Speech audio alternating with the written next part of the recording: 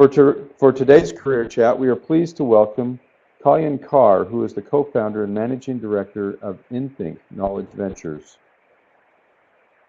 And we welcome you, Kalyan. How are you doing today? I'm doing fine, Scott. Good. Can you Very warm welcome to all of you. Yes, thank you.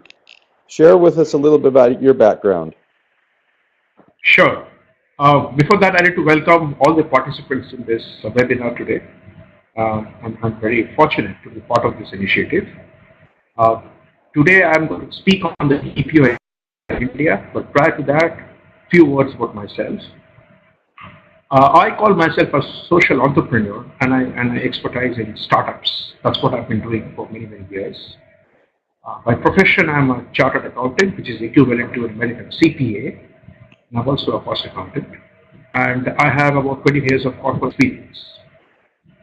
I'm very active in the various chambers of commerce and business circles, and I do know a lot of budding entrepreneurs who are trying to do a lot of things with their dreams in their lives.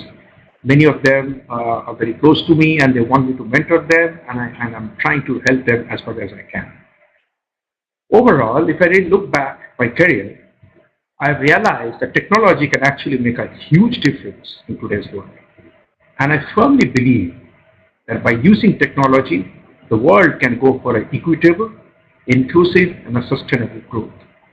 And all my initiatives that I'm doing right now, which I'll be sharing in the next few minutes, is all focusing on this equitable, inclusive, and sustainable growth using technology. That's great. Tell us about some of the ventures that you have and what Inthink is. Sure.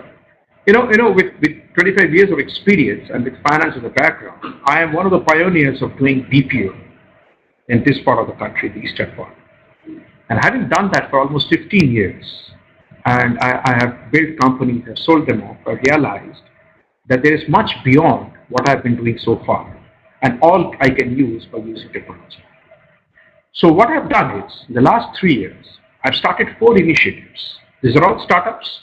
They're all independently headed by very, very bright group of people, and I'm trying to help them in scale up their business. The 4 units, one is Inthink, which is focusing on inclusive services. And in this initiative, we are trying to do processing claims for microfinance companies, which actually touches the very basic common people in this country and helps them to grow in life. My second initiative is on focusing on inclusive livelihood, where I do skilling for blue-collar people in this country.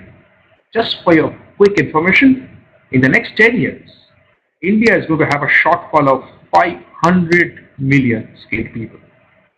And this is a huge opportunity, and the whole country is undergoing a lot of skill initiatives. We have our own humble initiative, and we have a target of skilling 1.63 million people in the next 10 years.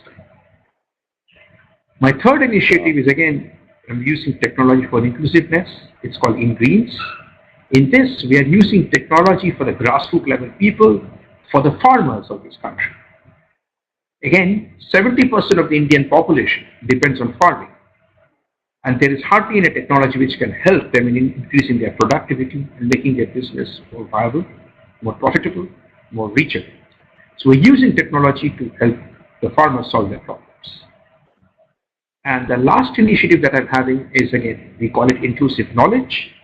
We are trying to spread knowledge in the nook and corner of this country. The initiative is called Knowledge Lab, by which we are trying to get world-class education to the remotest part of this country, to the underprivileged people who are otherwise deprived of the basic education. So it's all touch upon, the objective is to touch upon the common people's lives and to make it more inclusive. These are my 4 initiatives that I'm doing. That's great. I love those. I think that technology is that is our culture today, and I love these. I'll ask about some of them in a minute. Go into a little bit more detail about the world and how you see it and how this is going to affect the world. Oh yes. In fact, I must tell this to the students. The world that I inherited 25 years back when I started my life, the corporate career. It's a completely different world from the world that we are seeing today, and the world that the students of Knod are going to inherit in years to come. And I think the primary four reasons which has changed the world is technology, terrorism, global warming, and greed. We have seen these four factors change this world completely and permanently. Having said that, let me tell you, it does not mean everything is bad. Technology can actually make a huge difference in our lives. It is creating opportunities, it is making the world flat, and it is helping everybody unite and work in partnership. And keeping that in mind, I started my BPO initiatives and which I'm carrying forward, and I'll speak more about it in the next few slides. Okay. So tell us, what is BPO and why is it so important? Oh yes, and to start this, let me share some data which will be starting. You know, BPO even 10 years back was something very unknown to a lot of people, and it was something that everybody was trying to figure out as to how it should be done and what is the right thing to do. And I'm fortunate to see a transformation of BPO in India from cost to value. Just to give you some data to put the whole matter into the right perspective. In 2014, last year, the BPO revenue in India was $118 billion, $118 billion, which comprises of four factors: the IT services, the BPO, software products, and hardware. I must tell you that this industry, the IT services industry, including BPO of course, they employ more than 4 million people in this country directly. And as per the assessment that we have done, the industry has done over the years, it seems that we support another into 3 multiplier employment. In other words, 4 million people in this industry help and create an economy for another 1.2 million people. I'm sorry, 12 million people. I'm sorry for that. Oh. So overall, 16 million people is dependent on this IT industry, out of which BPO is an integral part. It also comprises of 8.1% of the country's GDP. And India is a growing nation. A lot of its GDP is piggyback on technology. If I look at BPO, which is part of this industry, I have seen the transformation over the years. Earlier, when I started my BPO career and started my initiative, the hard thing was on cost. How less expensive you are and how quickly you can do the job. But however, in the last 10, 12 years, the cost has transformed into value. It is not only the cost that matters. It also matters whether you can do the quality, you can do it in the right time, you can give the right delivery, and whether you can rise up the value chain. The factors that comprises of the success or the failure of the BPO in India today is, if you look at business factors, they are innovation, how innovative you are, automation, how much you have been able to automate than what you did even 5 years back, knowledge and domain skills. In other words, whether you know the subject well, if you are doing a healthcare, do you know healthcare well? If you are an engineering services guy, do you know your designs well? Do you know the subject? Are you having a thorough knowledge on steel industry if you're a steel design guy? And the industry has now become outcome based. You know, with the cost pressure and competition across the globe, the BPO support companies are now becoming partners. And the moment you become a partner of your client, you're not just merely a vendor who's relegated to low cost delivery. You actually become outcome based. You become part and parcel of the client that you're serving. You have to deliver not only value, you have to help him save cost and make profit. And a lot of these BPO deals nowadays are being paid based on the outcome that they deliver. So if I get a large customer, and if I promise them that I'm going to help you X percentage of saving, and this is my promise in this period of time, only if I deliver, I get paid. So that's the transformation we are seeing from the business factors. However, interestingly, there are a lot of social factors which is now changing this BPO horizon. One is the virtual and trust. And the entire business is being done virtual space. So when you do business on a virtual space, and especially when you're supporting customers who are entrusting their data and their business secrets with you, you have to have the highest level of trust and integrity to deliver. So that is now becoming extremely important whenever anybody is approaching for any business. The next social factor that is mattering a lot is ROI. And make no mistake, this is not return on investment. It is respect, ownership, and integrity. You have to respect cross-culture. You have to have complete ownership in the business that you're doing. And you have to display the highest level of integrity in delivering. The third social factor that is now creating a tremendous impact on this BPO business is cross-cultural understanding. If I have clients in the US or in Russia or in Japan, I need to respect and know their culture. I need to behave accordingly. I need to help them in delivery, keeping in mind what the business and corporate cultures are. And that is now becoming very important. For students from Knod, you need to know that the more the world gets globalized, the more geographical barriers are broken, the more you have to be aware of the culture of various nations for whom you're going to work. And last but not the least, BPO has been transformed into BPM because business process outsourcing, that word outsourcing, is undergoing a transformation and a change. And we are now calling it business process management. We are trying to say that, well, we are not an outsourcing partner, we are a managerial partner. We help you manage your business processes. If I look at this transformation, go ahead. Keep going. I'm just very interested. This is good stuff. Keep going. And if you look at the transformation, and if you understand as to what career path it can create for the people, for the young students of tomorrow, again, in India, what is happening? There were two distinct differences between IT and ITES. IT was actually information technology companies, and ITES is information technology enterprise. If you are a software company, then you are delivering information technology. But if you are a BPO company, then you are using technology, enabling that in a service. For example, it can be accounting, it can be HR, it can be insurance. But over the years, we have seen a merger of these two.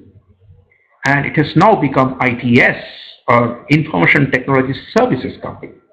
In other words, the domains and the demarcations and we are looking at ITS service companies.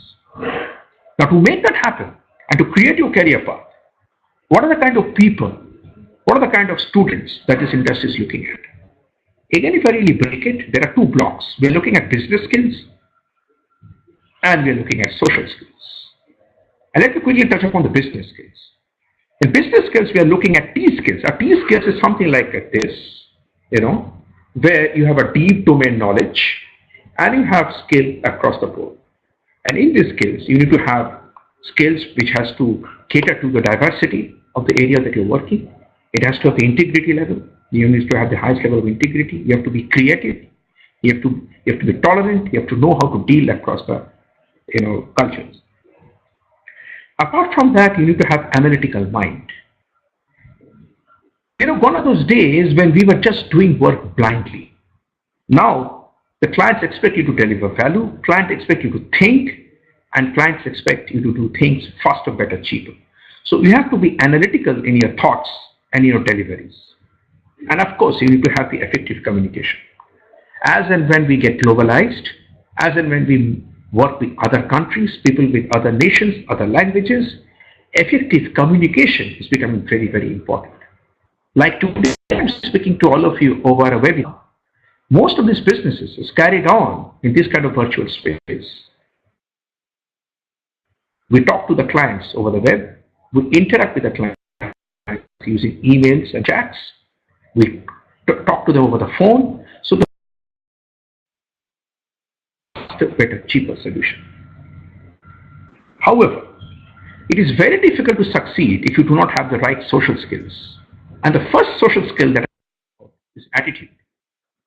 We look at very people with very positive attitude. People who can actually look into the work, understand, and have the confidence that I can deliver. Integrity, I've already spoken about it. few times before. Very, very important. Teamwork and leadership. As and when you develop a career path, and we are seeing that transformation in the BPO in India, where people who started their career 10, 15 years back, young people, they are unable to grow up in their career path unless and until they have the right leadership skills and they're able to work as a team. As and when you get more globalized, as and when we work with your counterparts sitting in the other parts of the country, teamwork is becoming very important. And of course, the last point, which I've already mentioned before, cross-cultural orientation and globalization is becoming, an integral part for your career success. And remember, you might be working in a company which has presence in Japan, presence in Africa, presence in US and Latin America. So complete globalization is happening. Business is being done 24/7. Cross-cultural environment is there. So you have to adapt yourself to that to develop your career path. Because these 1.2 billion people actually add to your business opportunity and economy. Going by the progress that the country has made in the last 2 years, it has been predicted that India would become the third largest economy by 2020. US, China, and India will be the three big economies that will be making a lot of impact in the globalized business environment.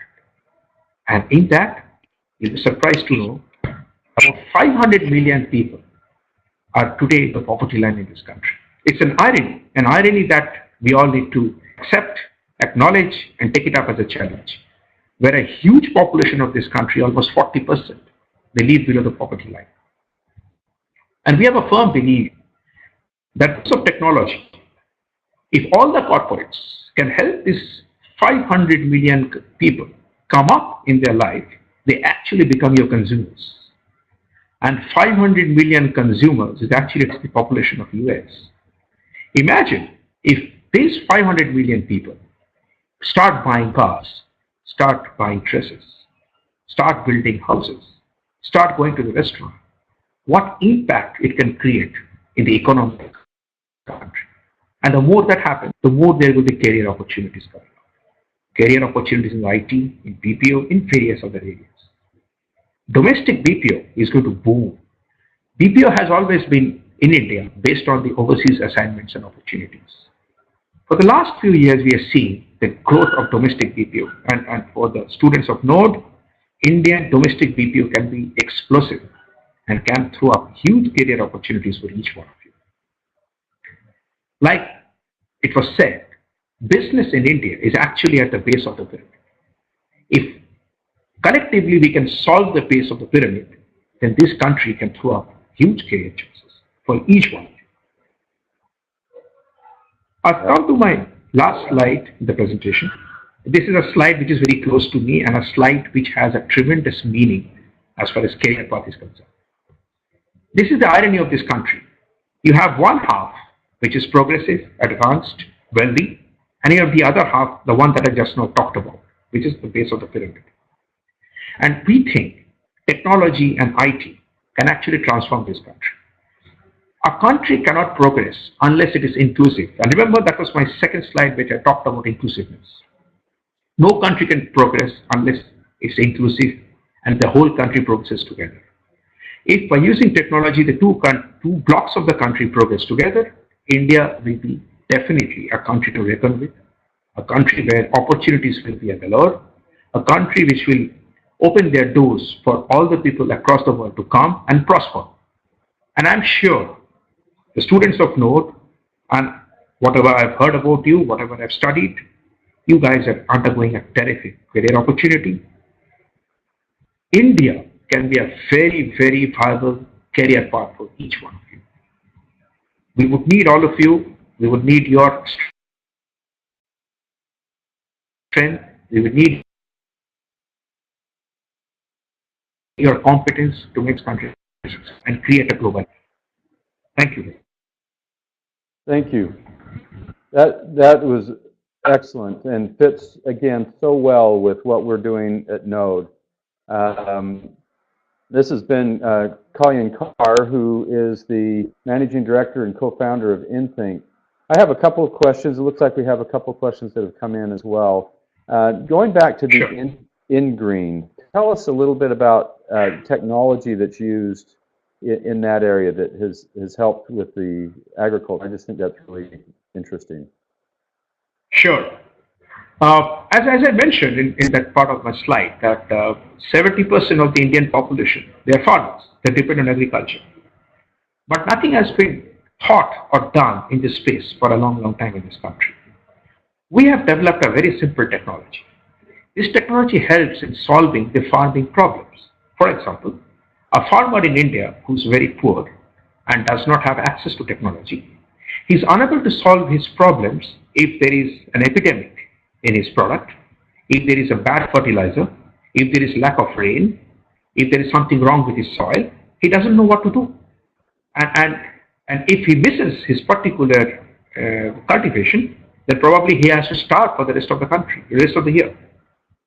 So we have developed an application, a simple mobile application, by which our people, they go to the grassroots level of these farmers, talk to them, upload their problems, take their pictures, take the picture of the plant or the seed or the insect, upload it along with a question, and we have a central team of domain experts who look at those questions, look at those pictures, and provide an immediate solution in the next 5 minutes to about half an hour's time. And let me tell you, we are creating a social community amongst farmers. So once a farmer gets a solution, he goes back to his community and shares the solution with others. So it has a tremendous multiplier effect. And in the process, the whole farming community comes to know the solution of a particular problem. In the process, yields are going up, problems are getting solved, the farmers are being able to produce more, they are getting better returns, and overall, it is helping us to use this technology for increasing the farming environment of this country.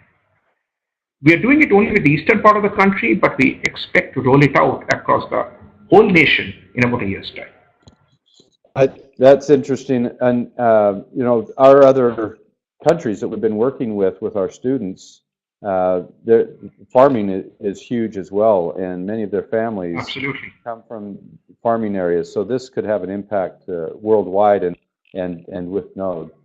So let me. Yes. Marquetta has asked a couple of questions. What would you recommend to people who cannot decide what industry to step into? What should be the right way of thinking when deciding about your career? Okay. The way the market is changing, I think it is becoming very important that students understand the key skills. And I keep harping on this point. Even 7-8 years back, an engineering student in India, after passing out his engineering, it may be civil or in construction, joined an IT company and became a software developer. I think we lost a competent engineer in the process. So the students of Knod, I would strongly recommend, you need to have one deep domain knowledge in a subject. And that subject can be mechanical engineering, the subject can be accounting, the subject can be designing, but that deep domain knowledge, which will help you to shape up your career in that direction with the help of technology. Because as I mentioned, technology has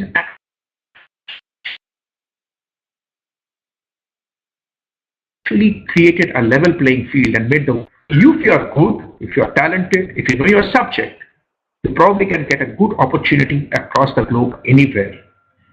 So my opinion, the one that you love, the one that you have a natural talent, one that you have learned so well, harp on that career and go for technology.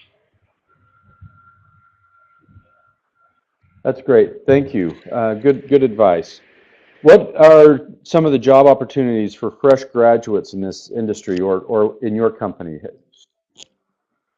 Well, as I said, we have 4 initiatives. On the BPO initiative, we are already processing loans. So we do take a lot of graduates who are just passed out from their colleges. We train them up and we take them on board.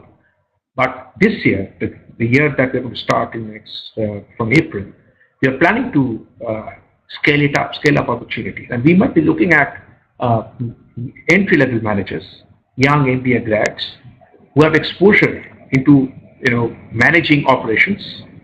That can be one of their specialization area. And if they have good communication, and if they are willing to work around the clock, because one important factor of our industry is we work 24/7.